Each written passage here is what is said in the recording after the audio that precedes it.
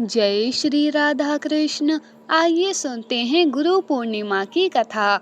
आप सभी भक्तों को गुरु पूर्णिमा की ढेर सारी शुभकामनाएं।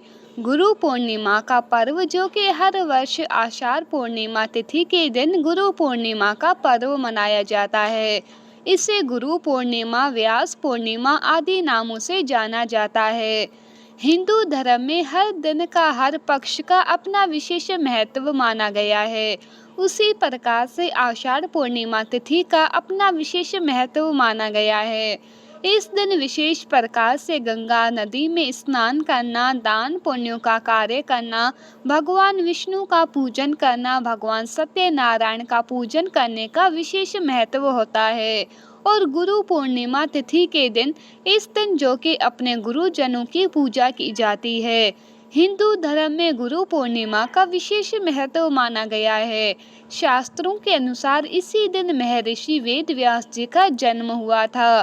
कई जगहों पर इसे आषाढ़ी पूर्णिमा भी कहते हैं। हिंदू धर्म में गुरुओं को देवता से भी ऊंचा स्थान दिया गया है। इसीलिए ये दिन भारतीयों के लिए बहुत ही खास होता है।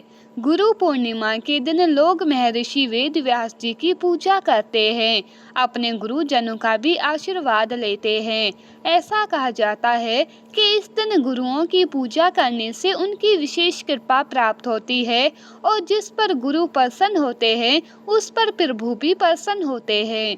इसीलिए इस दिन जो कि अपने गुरुजनों का विशेष प्रकार से पूजन करना चाहिए। और आपसे जो भी बड़े हो, माता पिता, भाई बहन, उन्हें भी गुरु तुल्य मान करके आषाढ़ पूर्णिमा तिथि के दिन उनका पूजन करना चाहिए। गुरु पूर्णिमा का व्रत, जो कि इसे सूर्य उदय व्यापनी, इस व्रत को ली जाती है। और आषाढ़ पूर्णिमा का जो व्रत होता है, जो प्रत्येक पूर्णमासी का व्रत करते हैं, उस व्रत को चंद्र उदय व्यापनी, रात्रि व्यापनी ली जाती है। गुरु पूर्णिमा तिथि के दिन, इस दिन सुबह उठ कर के नित्य क्रियाओं से निवृत्त होकर के गंगा नदी में स्नान करना चाहिए। गंगा नदी में अगर स्नान नहीं कर पाते हैं तो घर के नहाने के पानी में ही थोड़ा सा गंगा जल मिला करके स्नान करना चाहिए। शुद्ध वस्त्र धारण करके भगवान सूर्य देव को अर्घ्य प्रदान करना चाहिए। अपने इष्ट देवता, कुल देवता का पूजन करना चाहिए। इस दिन भगवान सत्यनारायण का पूजन करना चाहिए। भगवान विष्णु, माता लक्ष्मी का पूजन करना चाहिए। भगवान शिव का पूजन करना चाहिए। भगवान शिव का अभिषेक करना चाहिए। और अपने गुरु की, जो कि पूरे विधि विधान के साथ, गुरु को एक अच्छे आसन पर, जो कि उच्च आसन हो, स्थान ऊंचा होना चाहिए, वहाँ पे अपने गुरु के लिए अच्छे प्रकार से आसन लगा के गुरु को वहाँ बिठाना चाहिए। और अपने गुरु जी के चरणों को धो करके उनका विधिवत, जो कि अक्षत, चंदन, पुष्प, धूप, दीप आदि से पूजा करनी चाहिए। उन्हें पुष्प माला पहनानी चाहिए। उन्हें भोजन ग्रहण करवाना चाहिए। और अपने सामर्थ्य के अनुसार जहाँ तक जो भी बन सके, अपने गुरु को कुछ ना कुछ दक्षिणा स्वरूप भेंट देनी चाहिए। जितना भी आपका सामर्थ्य हो, तो अपने गुरु का अवश्य ही पूजन करके उन्हें दक्षिणा स्वरूप कुछ ना कुछ भेंट करना चाहिए।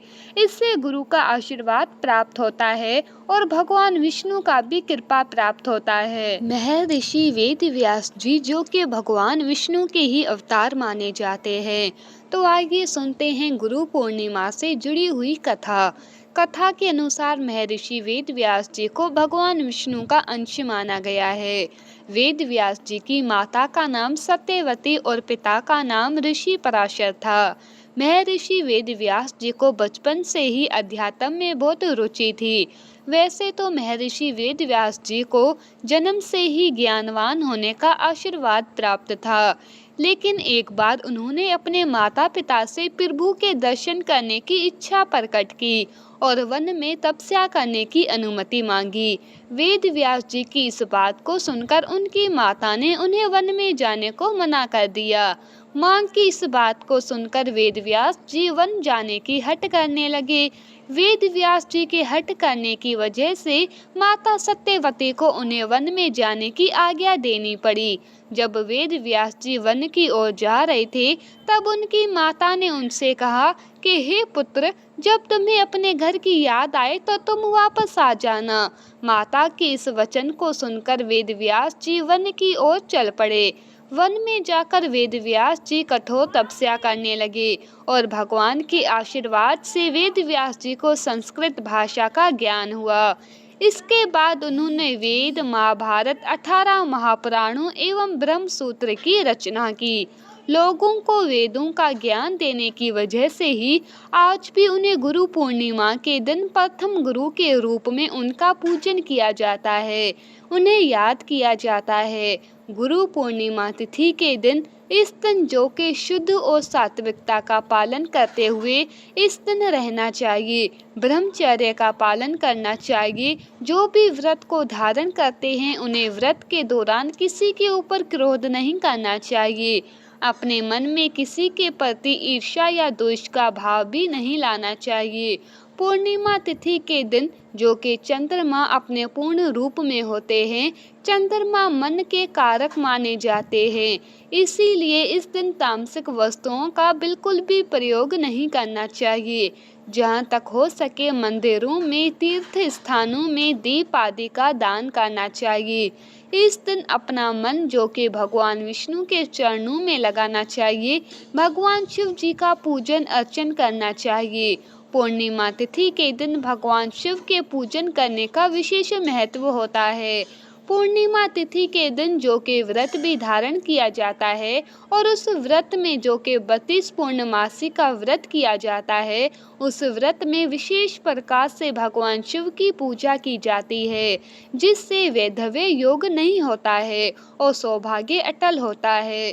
पूर्णिमा के व्रत को चंद्र उदय व्यापनी, रात्रि व्यापनी ली जाती है और गुरु पूर्णिमा व्रत जो कि इसे सूर्य उदय व्यापनी उदया तिथि के अनुसार ली जाती है। आषाढ़ मास के शुक्ल पक्ष की पूर्णिमा तिथि प्रारंभ समय 9 जुलाई 2025 दिन बुधवार रात्रि 1:39 पे और पूर्णिमा तिथि की जो समाप्ति है वो 10 जुलाई 2025 दिन गुरुवार रात्रि 2:07 पे पूर्णिमा तिथि की समाप्ति है। तो सूर्य उदय व्यापनी और चंद्र उदय व्यापनी के अनुसार इस बार 10 जुलाई 2025 दिन गुरुवार को स्नान दान की पूर्णिमा, व्रत की पूर्णिमा तथा गुरु पूजन आदि का कार्य किया जाएगा। 10 जुलाई को ब्रह्म मुहूर्त का समय सुबह 4:10 से सुबह 4:50 तक होगा। सूर्य उदय का समय सुबह 5:14, सूर्य अस्त शाम 6:52 पर होगा। राहु काल का समय दोपहर 1:45 से दोपहर 3:27 तक होगा। राहु काल समय के दौरान कोई भी शुभ कार्य या नया कार्य नहीं करना चाहिए, इस बात का ध्यान रखें। प्रातः काल पूजा का शुभ मुहूर्त सुबह 4:30 से सुबह 5:31 तक होगा। अभिजीत मुहूर्त का समय सुबह 11:59 से दोपहर 12:54 तक होगा। विजय मुहूर्त का समय दोपहर 2:45 से दोपहर 3:40 तक होगा। गोधूली मुहूर्त का समय शाम 7:21 से शाम 7:41 तक होगा। शाम को पूजा का शुभ मुहूर्त शाम 7:22 से रात्रि 8:23 तक होगा। 10 जुलाई को नक्षत्र पूर्वाषाढ़ा होगा, रात्रि जो कि पूर्ण रात्रि तक रहेगा। योग इंद्र योग होगा रात्रि 9:38 तक, उसके बाद वेद रीति योग होगा। पूर्णिमा तिथि के दिन चाहिए कि सुबह उठ करके ब्रह्म मुहूर्त में नित्य क्रियाओं से निवृत्त होकर के स्नान आदि करके इस दिन जहाँ तक हो सके गंगा नदी में, तीर्थों आदि जगहों पर जाकर के स्नान का कार्य करना चाहिए। वहाँ स्नान ना कर पाएं तो घर के नहाने के पानी में थोड़ा सा गंगा जल मिला करके स्नान करना चाहिए। शुद्ध वस्त्र धारण करके भगवान सूर्य नारायण को अर्घ्य प्रदान करना चाहिए। उसके बाद जो भी 32 पूर्णमासी का व्रत धारण करना चाहते हो या भगवान सत्यनारायण की पूजा करना चाहते हो तो उन्हें व्रत का संकल्प लेना चाहिए और दिन भर उपवास रहते हुए खास करके शाम के समय में पूरे विधि विधान के साथ पूजन करना चाहिए और दिन में गुरु का पूजन करना चाहिए। 32 पूर्णमासी व्रत धारण करने वाले को जो कि चंद्रमा को कच्चे दूध का या जल का अर्घ्य शाम के समय में प्रदान करना चाहिए। इससे अनंत फलों की प्राप्ति होती है। पूर्णिमा तिथि के दिन चंद्रमा अपने पूर्ण रूप में होते हैं।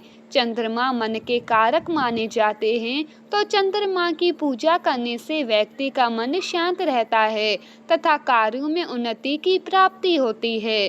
पूर्णिमा तिथि के दिन शुद्ध और सात्विकता का पालन करना चाहिए, ब्रह्मचर्य का पालन करना चाहिए। इस दिन तामसिक वस्तुओं का, नशीले पदार्थों का सेवन बिल्कुल भी नहीं करना चाहिए। भक्ति भाव के साथ जहाँ तक हो सके ब्राह्मणों को भोजन करवाना चाहिए, गुरु को भोजन करवाना चाहिए, उन्हें दान दक्षिणा देनी चाहिए, गरीबों को भोजन करवाना चाहिए। इस दिन जहाँ तक जो भी बन सके अपने श्रद्धा भक्ति भाव के साथ पूजन दान जप आदि का कार्य करें, तो इससे अनंत फलों की प्राप्ति होती है।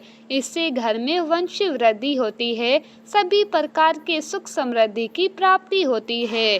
तो आशा करती हूँ कि ये जानकारी आपको अच्छी लगी हो। इसी प्रकार से ज्ञानवर्धक जानकारियाँ प्राप्त करते रहने के लिए, व्रत पूजा के बारे में जानने के लिए, कथा को सुनने के लिए चैनल पर अगर आप पहली बार आए हैं तो चैनल को लाल बटन दबा करके सब्सक्राइब करें। साथ में बेल आइकॉन घंटी को दबाएं ताकि आने वाली वीडियो का नोटिफिकेशन आपको समय से मिलता रहे। वीडियो को लाइक करें, शेयर करें, सुखी रहें और स्वस्थ रहें। जय श्री राधा कृष्ण। धन्यवाद।